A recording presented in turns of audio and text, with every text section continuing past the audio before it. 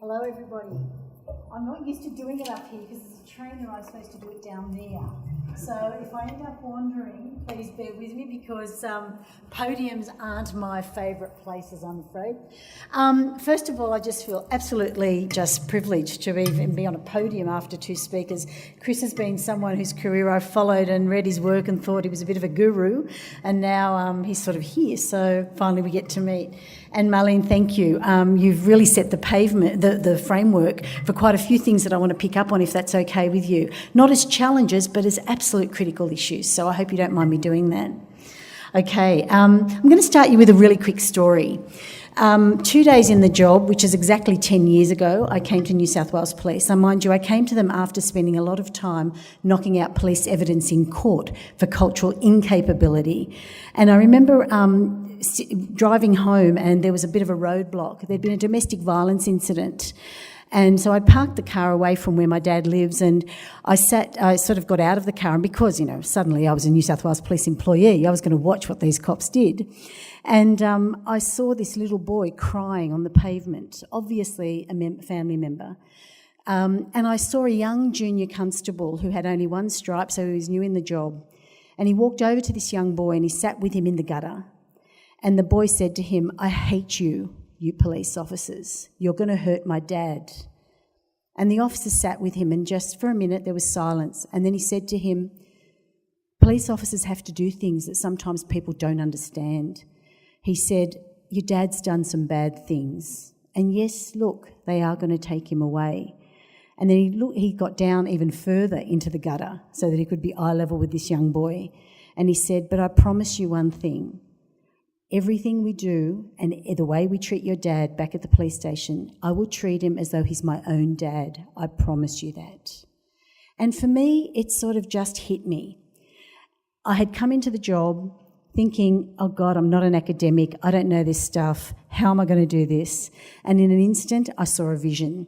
And that vision was, if I could watch good police officers work, if I could distill from the stuff that actually works on the street, and in the custody room, and in the investigative interview, and in the courtroom, then we could provide a level of training that would actually impact, that would resonate. Because I've got to tell you, and I'm going to use a bad word now, so I hope this is not recorded, when my first training session, which was the day after, I walked in bright-eyed, bushy-tailed, ready to tell this story, and a sergeant stood up and said to me, "What the would you know? Have you ever had a gun to your head?"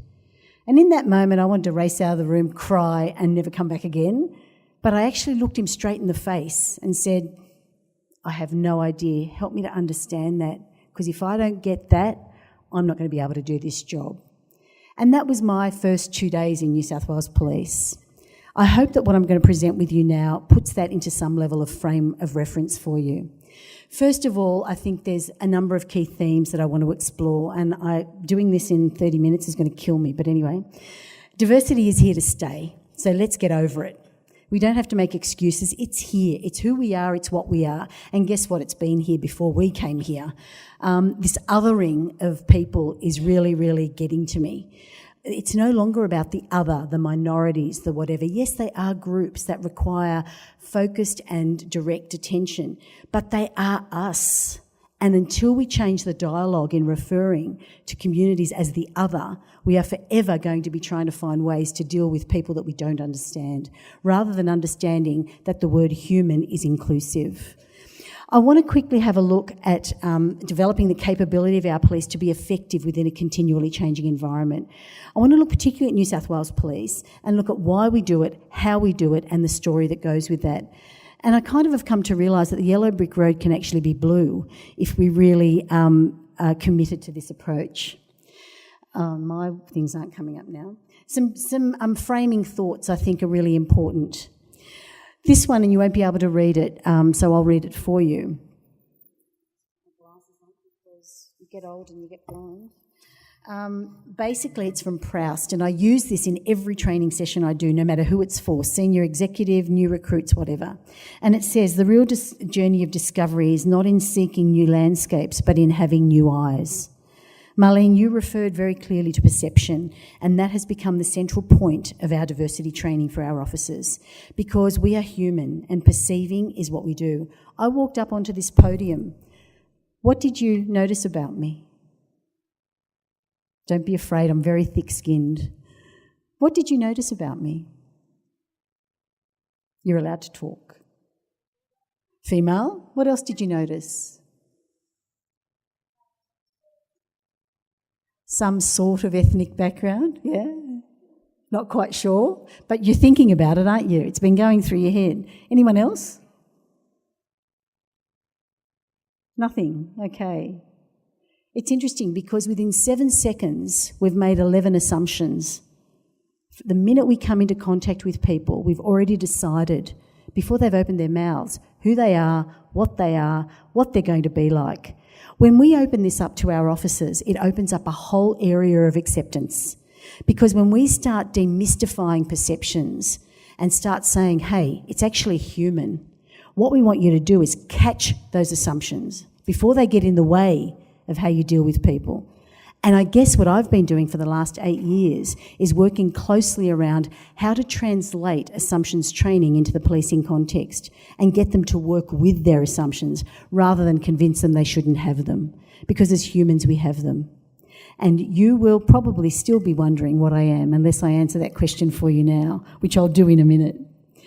I guess the other thing is, and again, you're not going to be able to read this because it's gone right up the top, but another framing thought is the one that comes out of Jonathan Mann in 1993 at the Human Rights and Health at the UN Congress, where it was said the recent discovery of inextricable linkages between human rights and health is one of the greatest advances in the history of health and society.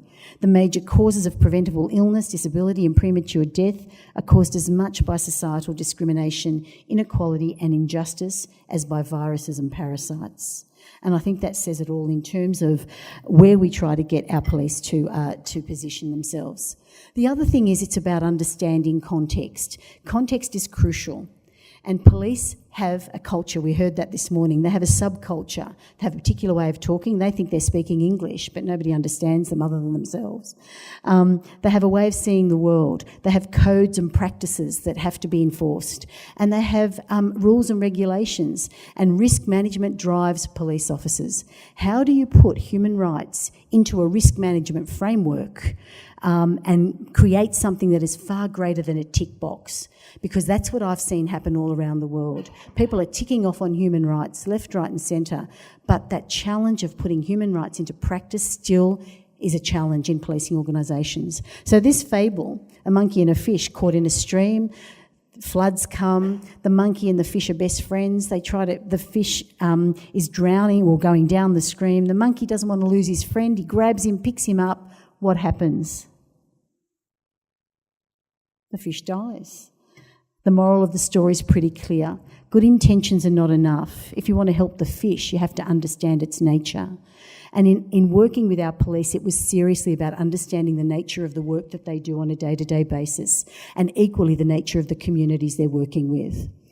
I guess what Sengi says in a fantastic book called Presence, which is a book about people pondering these issues. He says sometimes all our training focuses on learning about the business rather than learning about one's effectiveness in relationship with others on behalf of the business. And relationships are core if we're serious about human rights. And I think Gert Hofstadter's comment, and again, these are just to frame the training that I'm going to talk about in a tick, it is based on the belief that ultimately the success of organisations, the peace and prosperity of nations, and the survival of humankind will actually depend on the ability of people who think differently to act together. And this is where the diversity factor comes in. It's not about homogenisation. That's fine in a bottle of milk. But in workforces, in police organisations, we want that diversity. But it's not enough to recruit diverse police officers unless, as we heard this morning, the organisation isn't prepared to change the way it works to accommodate the diversity of thought that comes with that. And a lot of the work that's happening around counter-terrorism at the moment, and I say this with absolute respect to the challenges, but in Australia we're so removed from the day-to-day fears of terrorism that we only look at it through a particular lens, and we have developed a genre that equates terrorism with Arab, with Muslim. And it terrifies me to think that if it's going to happen in this country, it won't be someone who looks like me.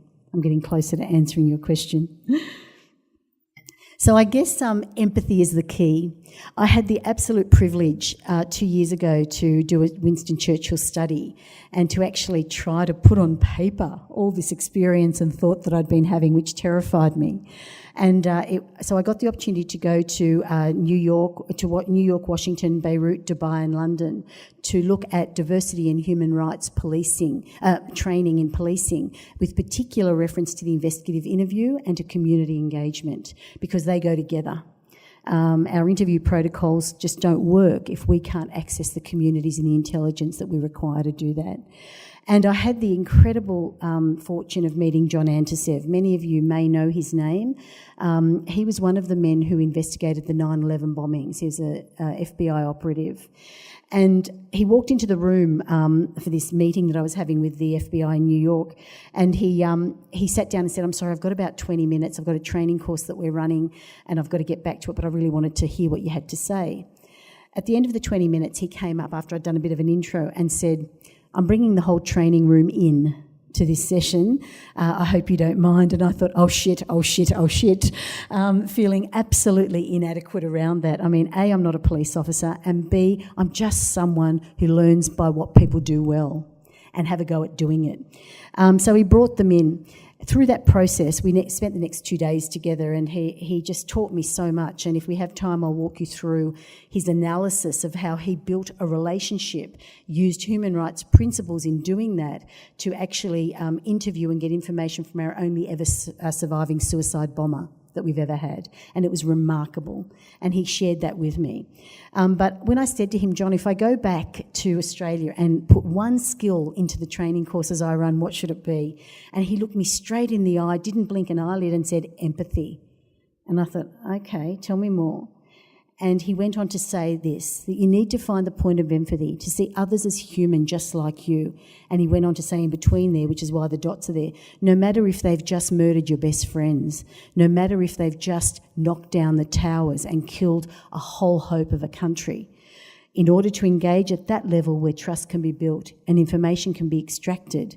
And what he went on to say, and where you walk away from that with your dignity and your own self-respect intact. And that's damn hard in those environments. So I guess the framing thoughts, there's me in context, a cross-cultural psychologist, worked in diversity training for many, many years, in health, in education, in private consultancy, started the work with Deloitte Touche and Tomatsu around their internal diversity, and then, as I said, came to New South Wales Police because of a challenge more than anything else. I guess New South Wales Police Force, its core purpose is to increase public safety, reduce crime and fear of crime, and build partnerships. We've really attempted, the team that I'm with, to take them to task in the building partnerships. And I think I want to quickly show you again the New South Wales landscape and what the training looks like. So I guess I hate saying the word I because I'm a we person, not an I person, so I'm going to say we, but it's actually only me. I'm the team. The New South Wales Integrated Diversity Training and Capability Model, believe me, it didn't come as a theoretical model. It grew out of the genesis of a cop and a kid sitting in a gutter and developed from there. But it has gone from sensitivity, which has always drove me nuts. You know, people do sensitivity training and it doesn't work. It makes people feel good for 5 minutes, but it gives them nothing to go away with.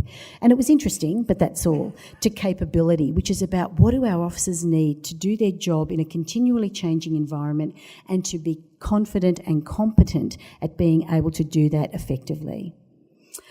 In policing, there are some facts. You probably know this. New South Wales, most diverse place in the world. Yeah? What's the second most? What's the most diverse place? No? It's actually Israel. Why?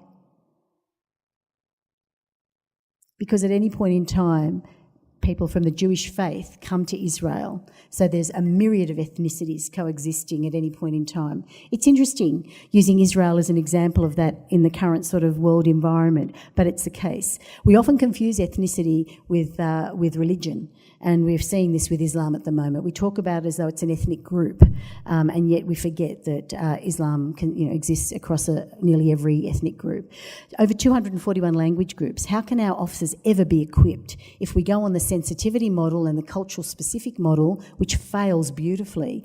We teach them about Muslims, we teach them about Greeks, we teach them about the Italians, we teach them about the Afghanis, and then of course they turn up with that perception that you talked about, and suddenly this person doesn't belong to any of those groups. He belongs to a criminal culture, and his behaviours are actually criminal. They're not ethnic at all. And so these sorts of assumptions have set our cops up to fail, and it's been bad training for a long time. Over 500 Aboriginal languages, the culture of global tension. We have over 100 low-intensity wars in the world at the moment. That has huge implications for how people define peace. When I went into Beirut in the academy talking to new recruits, all under the age of 30, and I was talking about human rights and peace. And I thought, you idiot, Judy. These young men, and they were only men at that time, they've just started recruiting women, they were only men, and I thought they were all under 30 and not one of them had been out of the country. They had no concept of peace. They had been born into war. So the norm for them for peace was a place where there were no bombs. And so this level of where does it start, which is why New South Wales Police see a group of Sudanese boys walking around Blacktown at 4 a.m. They're doing it just because they can, because nobody's shooting them. And they get terrified when police approach them. So police's perception is we're coming in there to check that you're okay. They see the uniform, react to the uniform and the baggage that comes with that, and suddenly you have an incident with helicopters, dogs, the riot squad, the whole lot. And in a corner you have 3 young boys who have just peed in their pants because they're terrified. Behaviours mean different things, and teaching our officers to contextualise behaviour is crucial.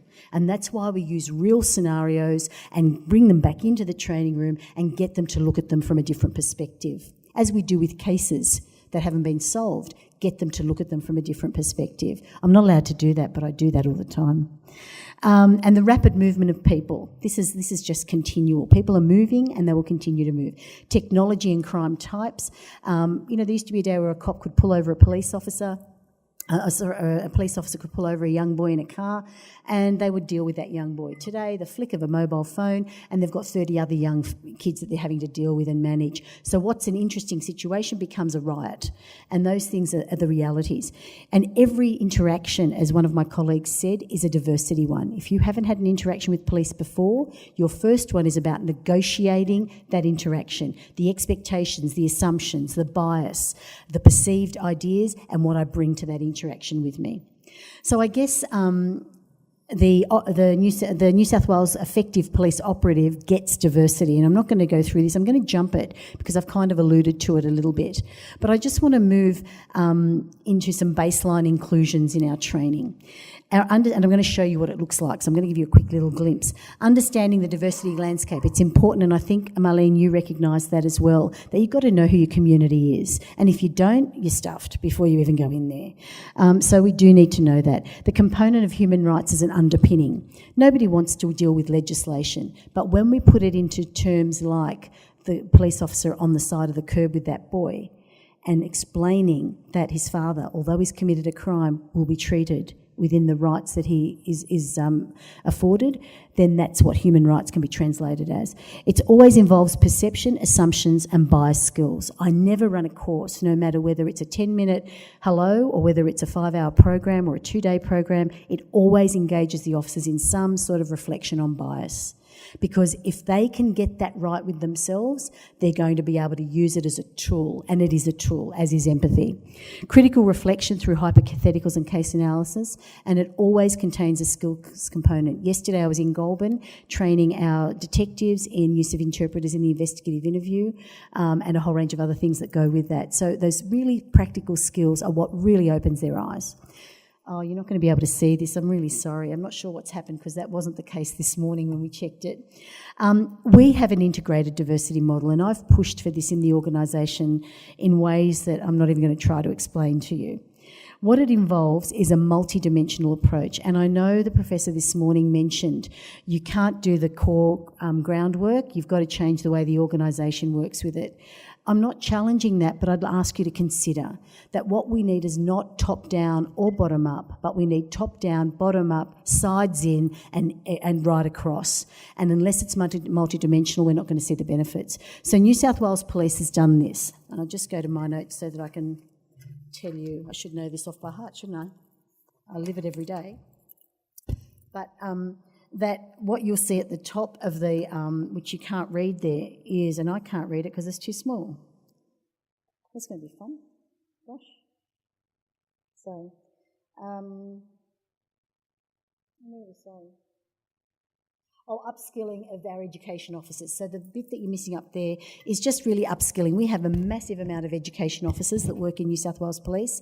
And when I was in the UK, one of the things that I learnt when they told me in one section of the organisation that they run diversity training at the academy, when I was at the academy said, no, we don't.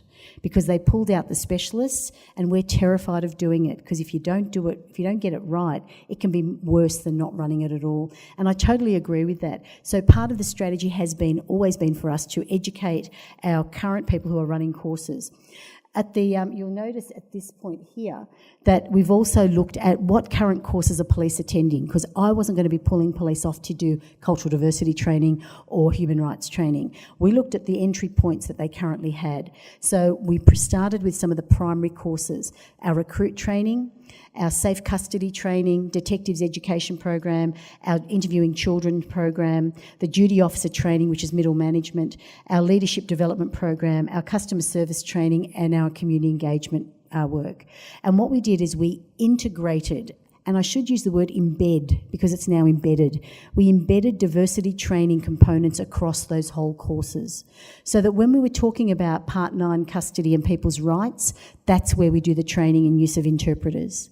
And that's where we challenge those officers to engage in those processes. We also look at inclusion of scenario-based training in all of our liaison officer courses. We have our gay, lesbian, we have our gay, lesbian, transgender program, our Aboriginal liaison officer, multicultural liaison officers, school liaison police, YLO, youth liaison, DV officers, etc. The reason why we focus very heavily in diversity training there is because they have access to both their peers and to the community. And so it's really about getting it right with them. We also look at the community engagement and education strategy. Part of the work that I do is going into local area commands and working deeply in a command rather than at a superficial level. And when we do that, we only ever work with the command if we work with the communities as well. So it's a parallel process, because there's nothing worse than training communities up to report crime, and they turn up at the police station and they go, oh, that's not our business, ring PAL. It doesn't work. So we have to build our internal capability first. We also look at partnerships in the development of specialised programs. I've currently been involved in co-writing and co-delivering our Level 2 Human Sources course, which is involving diversity skills and strategies in cultivating human sources. It's a fantastic program, and I've had the ability to work with John Buckley, who is one of the human source gurus from Northern Ireland, and so we've worked closely together on that. So that course, and interestingly enough, the diversity session I didn't run. I upskilled one of our senior officers, the head of our Asian crime squad, and he delivered it. And to have a senior officer deliver to his peers was definitely the way to go. So it's really about making sure that this is important enough and owned enough by senior officers for them to deliver the material. And I don't mind being the bunny that writes it, because it gives me a chance to really work with those senior officers. Our recruit training, and I know it was mentioned this morning, don't start with the recruit training, but you know what? If we don't do something there, what happens is they end up in the local area commands and they get enculturated into police culture. And they get suddenly told, that you learnt that in the academy, this is how we really do it in the real world. So we bring a bit of the real world to the academy and really give them the chance to work on scenarios. So that's kind of the integrated model. And I've got to say, when I tested this in those 5 countries around the world, even the FBI hadn't considered the multidimensional approach. They now are including diversity training in their investigations program and in a whole range of other courses that they run as well. And that, to me, has been the real test. Am I getting a piece of paper? 5 minutes. Okay, I'm going to really jump. I kind of have told you a bit about that, so I won't tell you any more. What I found was that it was on par, and if not, and I know this sounds a little bit sort of navel-gazing to say, but it's taken me a long time to say it. There's a lot of work that's gone into making ours probably one of the best. Our outcomes haven't been measured yet, and that's why I took the point this morning very clearly of how do we measure this, because at the moment policing organisations measure it in terms of loss of, lesser complaints and risk management. I want to know how it makes people feel and how it's made them do their job better. And that's the stuff that's a bit harder to assess. Context is everything. If you're working in Bankstown in Sydney, you start from a space where your perceptions are huge and different. Skills must be a component. Let me quickly, this was where it fell in the UK, where their diversity training is, and I think we've learnt from this. It was not linked to other courses in the UK, it was not integrated, it was not effective, and it was counterproductive, and the standard of trainers was far lower than what was required to perform it. And I guess what Samantha Gladman said at the Academy, it is different to delivering other core policing courses. The fear of getting it wrong has meant that many trainers here just don't do it. It's not enough to just have a package. And I have been told 100 times, just give me the package and I'll run it. And I wouldn't give an officer a gun. I won't give him my package. But I'll certainly sit there and have you run it and have me work with you on that.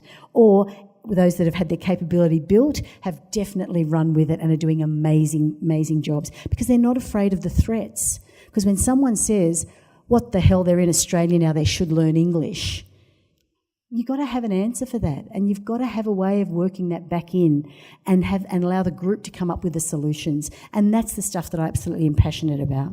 It is a sophisticated skill, and you've got to have a hell of a thick skin. And it makes sense, as Clements in his work on policing a diverse society says, you have to integrate it and synthesise into what they might learn about the business of policing. And as he says, diversity is not regarded as a mere optional extra. It has to be something that goes to the heart of the training curriculum. It can't be the graveyard shift at 3 o'clock on a Friday afternoon. Mind you, I take that. I'll use whatever I get, but it's got to be different. And as John Antisev said, when you're dealing with people, we're dealing with diversity. In developing the right kind of relationships or sources, if you don't get diversity, if you don't know how to use it, you lose. It's as simple as that. We can't do our work. I'll jump past this. I just want to quickly flick to you just a moment. This is our organisation's model of diversity. It's taken from Garden, Swartz and Rowe. And I guess what it really says is that culture and ethnicity are not alone, and we focus a hell of a lot on that it is the whole person that we're working with and dealing with. And it's the intersection of those primary dimensions of diversity that make the training that we do, I think, just a little step ahead of some of the other areas that I've had a look at. And finally,